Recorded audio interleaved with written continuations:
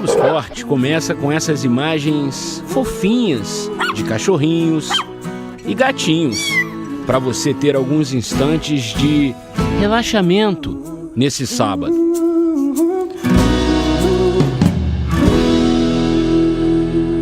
Porque amanhã é dia de jogo decisivo. Tem chance de título pro Internacional, tem possibilidade de o Flamengo assumir a liderança e tem certeza de muita emoção na tela da Globo.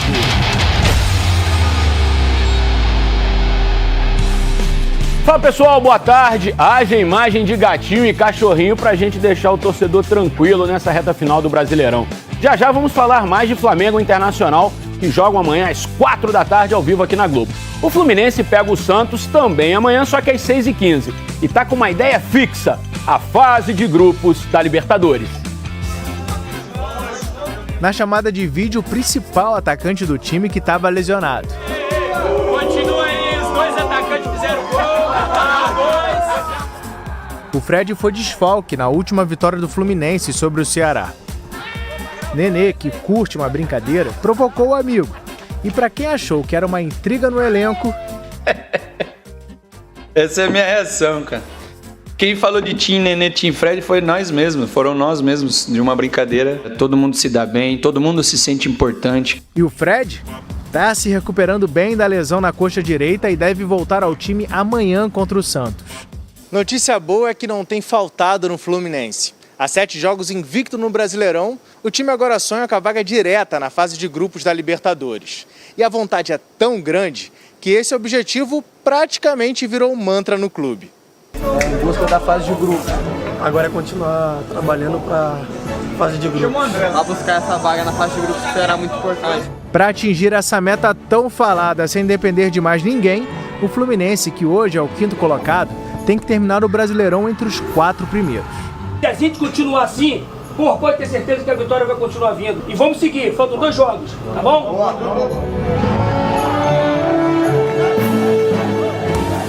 O Botafogo já está rebaixado e enfrenta o São Paulo no Newton Santos, mas só depois de amanhã. A novidade no Botafogo é o nome que vai comandar o time na Série B.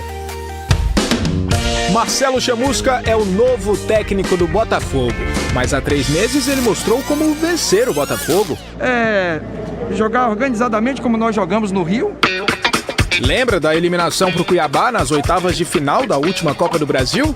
Era ele o técnico do time que ganhou no Newton Santos e levou a vaga lá em Mato Grosso. Elimina o grande Botafogo! A cereja do bolo do Cuiabá está aí! Na época, o Cuiabá ainda era vice-líder da Série B do Brasileirão. O bom trabalho chamou a atenção do Fortaleza. Chamusca foi escolhido para substituir Rogério Ceni, mas não teve o mesmo sucesso na primeira divisão. Acabou demitido no começo de janeiro depois de 4 derrotas, 4 empates e apenas 1 vitória.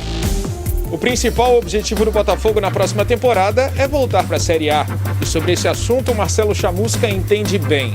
Ele é o único treinador que conseguiu acesso em todas as divisões do Campeonato Brasileiro. Em 2013, subiu da Série D para a Série C no comando do Salgueiro, de Pernambuco. Em 2016, levou o Guarani para a 2ª divisão e em 2017 colocou o Ceará na elite do Brasileiro. Lembra daquela pergunta que o Globo Esporte fez na quinta-feira? Vale a pena o Internacional pagar R$1 milhão para escalar o Rodinei contra o Flamengo no domingo? Para esse colorado aí, não só vale a pena, como ele resolveu tirar a grana do próprio bolso e doou R$1 milhão ao clube para garantir a escalação do Rodinei. Com um detalhe, hein? Sem contrapartida. O lateral direito pertence ao Flamengo e para contar com ele amanhã, o time gaúcho tem que pagar essa multa milionária ao rival carioca. Quem também deve ser titular na defesa é Zé Gabriel, no lugar do suspenso Vitor Cuesta. No Flamengo, William Arão foi vetado por causa da fratura de um dedo do pé direito.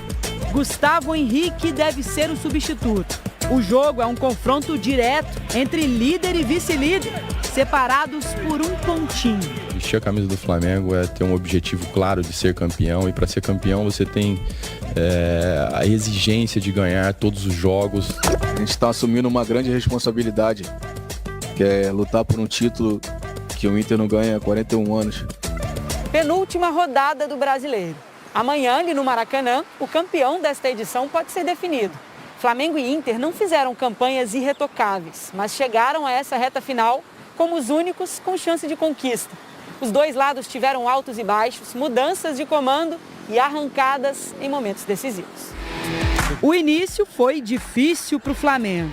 O time só venceu 2 dos 6 primeiros jogos com o técnico Domenech Torrent na 5ª rodada, enquanto o Inter assumiu a ponta pela primeira vez. Ao derrotar o Atlético Mineiro, o Flamengo empatou com o Botafogo e deixou o Z4.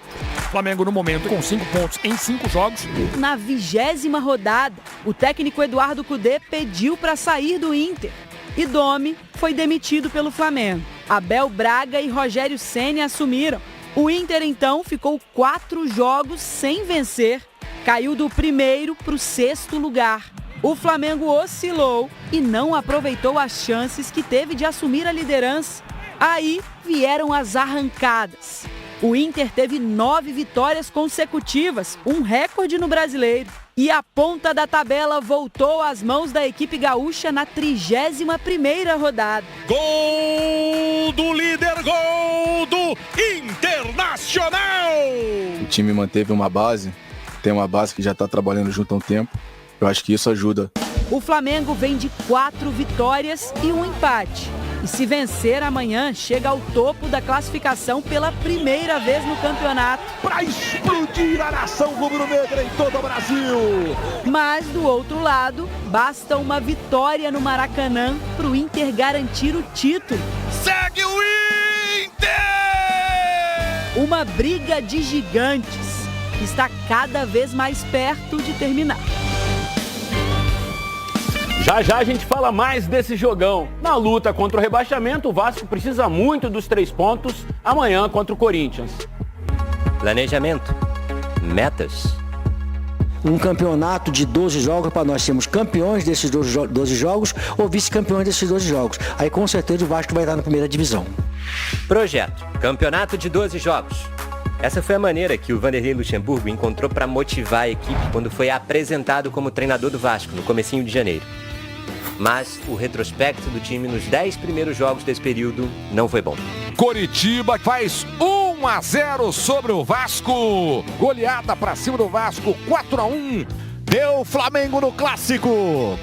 2 rodadas atrás, depois da derrota por 3-0 para o Fortaleza e com o time na zona de rebaixamento, o Vasco decidiu partir pro plano de 15 dias. Uma série de ações definidas para evitar a queda para a Série B. Tirar qualquer possibilidade de folga no carnaval, a concentração não será só pré-jogo. A carga horária que eles permanecerão trabalhando, permanecerão no Vasco e etc, ela vai dobrar. A curto prazo não surtiu muito efeito, porque o que veio na sequência foi a derrota para o Internacional no domingo passado em São Januário. 2 para o Inter, 0 para o Vasco que junta os cacos. Portanto, o Globo Esporte apresenta agora o manual de sobrevivência do Vasco. O que o time precisa para se manter vivo na Série A. O melhor cenário, vitória sobre o Corinthians, o Fortaleza ganha do Bahia e o Goiás perde para o Bragantino. Nesse caso, o Vasco subiria para 40 pontos, ficaria 2 à frente do Bahia e dependeria apenas de si na última rodada em casa contra o Goiás, adversário que já chegaria para esse confronto rebaixado. Existem outros cenários que vão variar de acordo com os resultados da rodada, incluindo aí o pior deles, o rebaixamento do Vasco já no domingo. Isso vai acontecer se a equipe perder para o Corinthians e o Bahia derrotar o Fortaleza fora de casa hoje à noite. Eu preciso mobilização total para tentar ganhar do Corinthians, ou pelo menos tomar um ponto e depender da última rodada também em função do que acontecer em Fortaleza e Bahia. O time antecipou a ida a São Paulo. Viajou ontem mesmo, logo após o treino. Benítez não participou da atividade e é dúvida para a partida. E não contar com o habilidoso jogador argentino nesse momento decisivo, isso definitivamente não fazia parte de nenhum dos recentes planos do Vasco.